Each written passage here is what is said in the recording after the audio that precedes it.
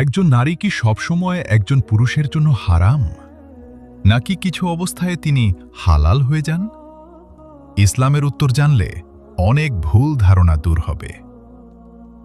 ইসলামে একজন নারী ও একজন পুরুষের সম্পর্কের স্পষ্ট নিয়ম রয়েছে।